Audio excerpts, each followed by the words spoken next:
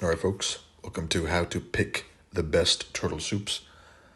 The short answer is time, and that's discussed in SOT. However, you can also determine the best turtle soups by the if-then principle.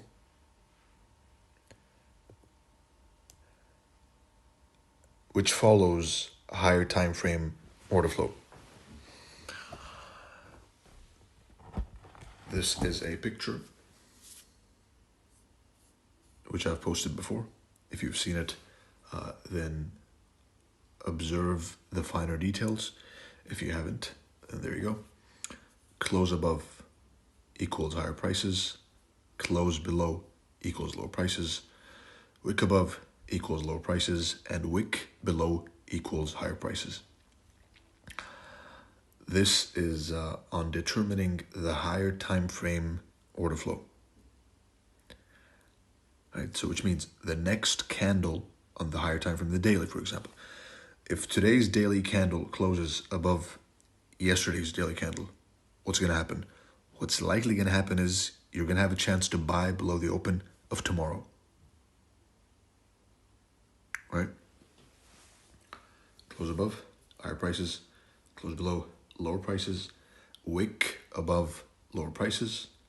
Wick below, higher prices. Some intricacies. When the higher time frame is bullish, the lower time frame will explode through the highs. And of course, it'll get an electric shock as soon as it touches the lows and rally. Right? So you'll see it have a touch of a low on the lower time frame and then explode above the highs. And I'll illustrate this in a moment. When the higher time frame is bearish, the lower time frame will sink like a rock in the sea. Right? It'll just fall down and down, and you'll buy the low and get wrecked, and you'll buy the other low and get wrecked, and you'll keep buying turtle soups, fake turtle soups, and get wrecked, and blame me for it. No, you're wrong because you didn't know the higher time frame order flow, and you didn't keep it in mind. You were blindly pattern trading turtle soup like an idiot, right? Which is wrong. You should be always monitoring the higher time frame order flow at all times.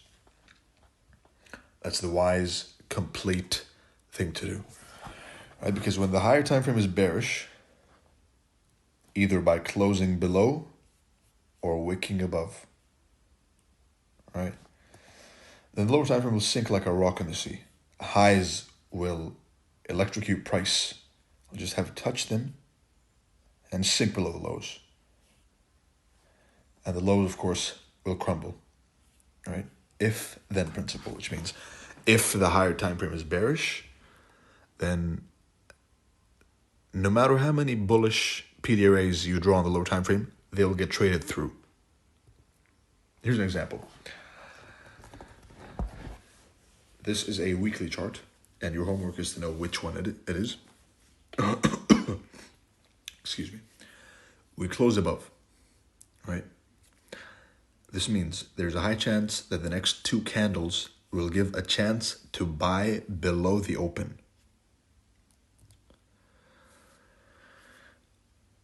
Right, so close above, wick below, and a massive green candle, an up close candle, right?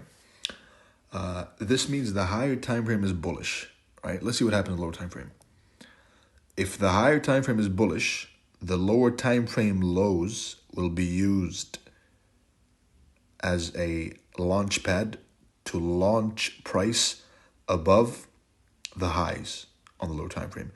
And if the higher time frame is bullish, then if the higher time frame is bullish, then the lower time frame bullish PDRAs will be disrespected and violated,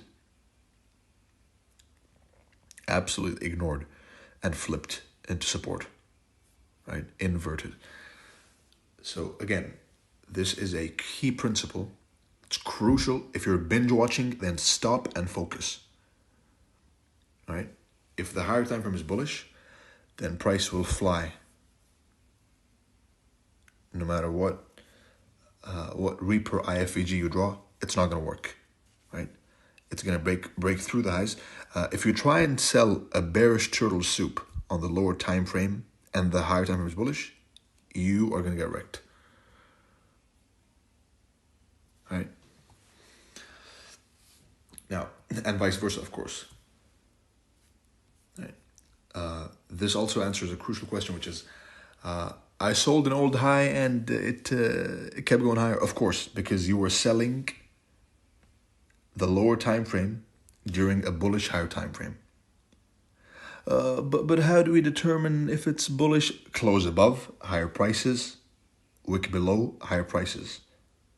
Range taken one side, higher prices. If it's the low taken first, right? It's as simple as that. Key level dynamics.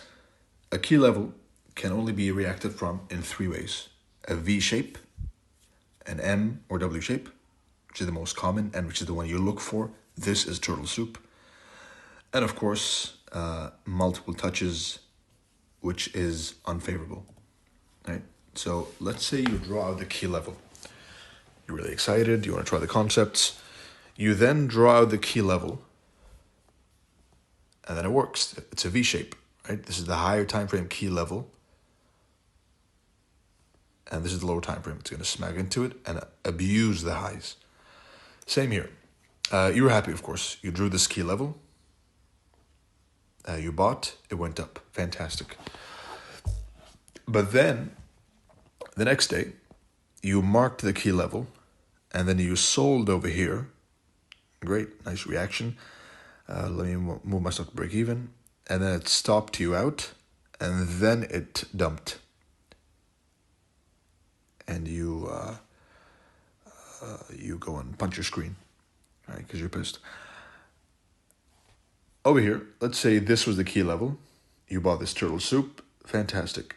Stop break even, and then it smacks back into your stop. And then you buy again, and then it stops you out twice, and then it rallies. Sounds familiar? Probably. Because that's a common mistake of you not focusing on the different types of reactions from a key level. One thing is identifying the key level correctly. Another thing is knowing what it looks like from the key level to your target. Here's a deeper look into turtle soup on the lower time frame. You're gonna have the higher time frame key level, and then you're gonna have a short-term liquidity pool or pools. The more the better on the lower time frame. It's gonna smack into the previous liquidity pool. Of course, there's gonna be a time line over here, vertical line. Smack into it. Get everyone bearish. Market structured traders selling down here, and it rallies. Now, where can you find the high probability turtle soups? A high probability turtle soup will always be in alignment with the higher time frame candle order flow. Oh, but how do we determine that? Close above, higher prices. Close below, lower prices. Wick above, lower prices. Wick below, higher prices. Take one part of the range, and then take it to the opposing end of the range, and more on that in the next chapter, right? Will always be fast to accelerate from current price levels at the time. Will always occur at the opening of new candles, not the end of old candles. And this troubleshoots a common mistake and focus over here, which is I bought the turtle soup, but then my turtle soup got turtle souped. Try buying at the opening of new candles, not the end of old candles. It'll always occur at specific times, always, and it will always be a false breakout of a range, every single time. Next up, ICT, turtle soup, all these fancy terms. What's the summary? there is no summary. If you look for a plug and play model, you are a lazy person, and you need to change that, because lazy people don't make it. Right? The only way to get an easy plug and play model is to first put in a lot of work getting wrecked and paying attention to the details. That's the only way. So the only way to easy is hard. Right? Reminds me of the saying. It's an old Chinese saying. It says, bitter now, sweet later. Sweet now, bitter later. But you can kind of summarize ICT in the power of three. Everything you're looking for lies in the open, high, low, and close, or open, low, high, and close. Right? The open on the left side, high, low, and close, open, low, high, close. If you want a summary of ICT, it's buy below the opening price. This is the foundation. Buy below the opening price when bullish, sell above the opening price when bearish. All concepts are subservient to the open, high, low, and close. You look for the breakers above the opening price. You look for the bullish order box below the opening price, etc. Every bullish turtle soup, and this one is food for thought, every bullish turtle soup that has ever happened below the opening price of the candle. Every bearish turtle soup that ever happened above the opening price of the candle.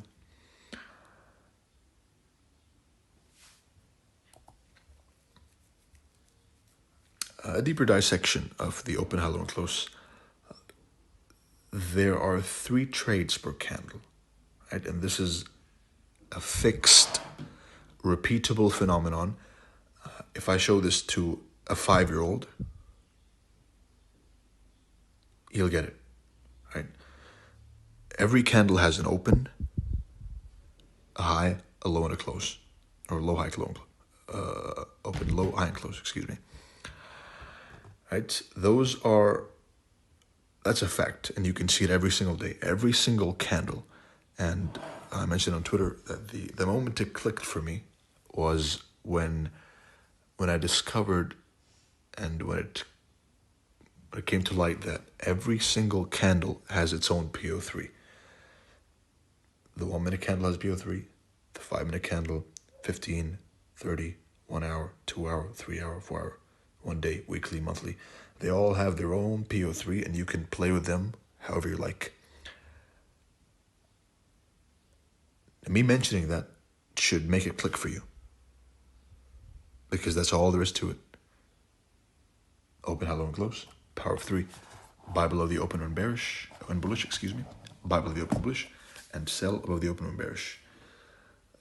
How do you determine? By the closes. Close above higher prices, close below lower prices, wick below higher prices, wick above lower prices. Of course, every candle you get the open, the low, OTE, high, close. London, New York, whatever, all those names are a depiction of this open, high, low, close, OTE. New York, quote unquote. So what ICT did was he branded this, which this concept is old as hell. It's not something new. It was first introduced by Larry Williams. Right? I suspect he took it from someone else. But the concept is new. It's not new. Excuse me. Right? Open, low, high, close. And a book I recommend is Long-Term Secrets to Short-Term Trading by Larry Williams. It's a good book. But that's it. Asian session, quote unquote. The names are just the names are a good way to get people together, because signs and symbols and names of brands rule the world. So if you tell the people it's New York, right, it makes more sense than telling them that it's the second trade of every candle. I bet that's what it is. This is another concept which I made public, which I never intended to. The elements of a high probability trade setup: a higher time frame key level, manipulation time, and pre-manipulation liquidity pool. And it's the smallest for a reason, right? It's least important. Here's a picture I repeat, and I try to repeat this as many times as possible without causing it to be annoying. But this is crucial, right? Plan the higher time frame key level. Mark the manipulation time. What is this manipulation time? It's London. It's midnight New York. It's the 9 a.m. candle. It's the opening price of whatever candle you're trying to turtle soup to the opposing end of the range. It's that simple.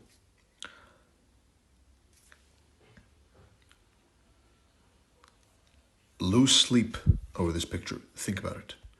Right? Truly delve deep into it. Again, in summary, you buy below the opening price when bullish. You look for your pattern here, OB, FVG, breaker, SMT, whatever, right? Over here. And vice versa. This is a bullish candle. So if you're expecting price to go higher because we closed above a candle, then you look for this. Buy below the open.